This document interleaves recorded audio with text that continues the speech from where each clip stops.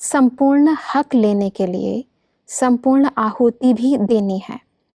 कोई भी यज्ञ रचा जाता है तो वह संपूर्ण सफल कैसे होता है जबकि आहुति डाली जाती है। अगर आहुति कम होगी तो यज्ञ सफल नहीं होता। देने में संपूर्णता नहीं तो लेने में भी नहीं होगी। जितना देंगे उतना ही लेंगे। भाई साहब, इसमें कौन सी आहुति की बात है और क्या क्या हमें परमात्मा पर स्वाहा ये जो करना है? शब्द आहुति है, जी। ये वास्तव में जब भी कोई यज्ञ रचते हैं हाँ जी, तो यज्ञ में आहुति का बहुत बड़ा महत्व होता है। बिल्कुल।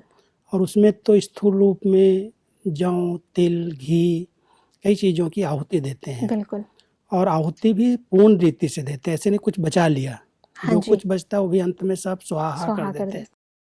तो परमात्मा भी कहता है बच्चे, ये ज्ञान यज्ञ है हाँ जी, जो परमात्मा ने सृष्टि परिवर्तन के लिए, कलयुग को सतयुग बनाने के लिए ज्ञान यज्ञ रचा है। जी। इसमें आप बच्चों की संपूर्ण आहुति पड़नी चाहिए। संपूर्ण आहुति माना जो भी हमारी शक्तियां हैं, तन की, मन की, धन की, या हमारी जो नेगेटिव बातें भी हैं, कमजोरियां हैं, जी, जी, जी। जो भी विकार हैं, उन सब को स्वाहा करो, क्योंकि संपूर्णता को लाना है। आपको ही परमात्मा पतित से पावन बनाने के लिए आया है, तो पतितपन के संस्कारों को भी इस यज्ञ में स्वाहा करो। क्योंकि अगर कोई भी एक संस्कार भी रह गया, एक कमी कमजोरी रह गई, तो यज्ञ सफल नहीं माना जाएगा। इसलिए बच्चों से संपूर्ण आहुति परमात्मा मांग रहे हैं, और जब बच्चे पर इस संपूर्ण आहुति को अर्पित कर देंगे तो इसके रिटर्न में उनको संपूर्ण पद प्राप्त हो जाएगा। संपूर्णता को पा करके वो सर्व गुणों से संपन्न बन जाएंगे। तो देना और लेना माना आहुति दे देना, परमात्मा के आगे अर्पित कर देना, और उसके बाद उनसे ले लेना सब प्राप्तियां।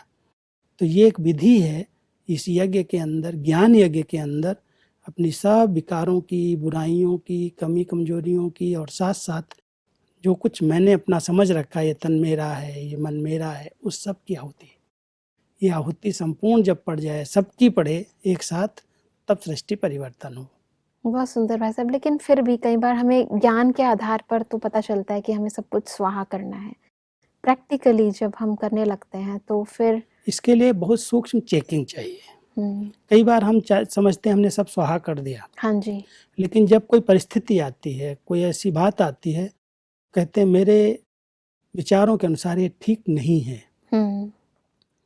माना हमने आहुति नहीं दी संकल्प की, हमने समझा मेरे विचार, ये मेरा विचार, मेरी बुद्धि, मेरी समझ, मेरे अनुभव, कई बार ये सूक्ष्म अभिमान रह जाता है। परमात्मा तो संपूर्ण बलि चाहता है, इसकी भी आहुति दे।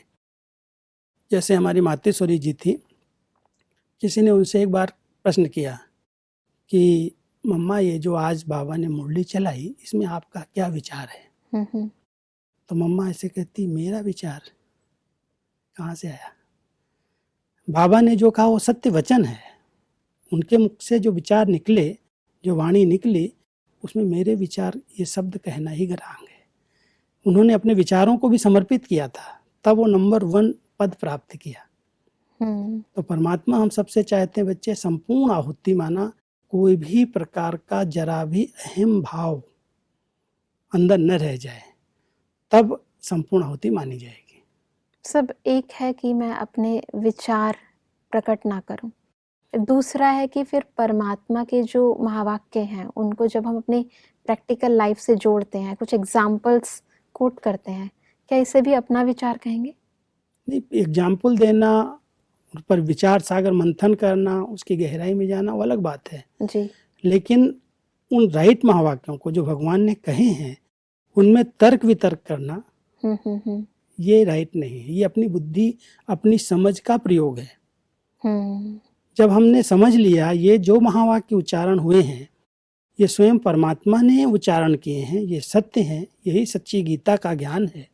जब हमने ये समझ लिया तो उसमें अपने विचार आए कहाँ से? अगर अपने विचार आ रहे हैं, माना मेरा कुछ सूक्ष्म में समझ का अहम है, अनुभव का अहम है, उस अहम को भी समाप्त करना है।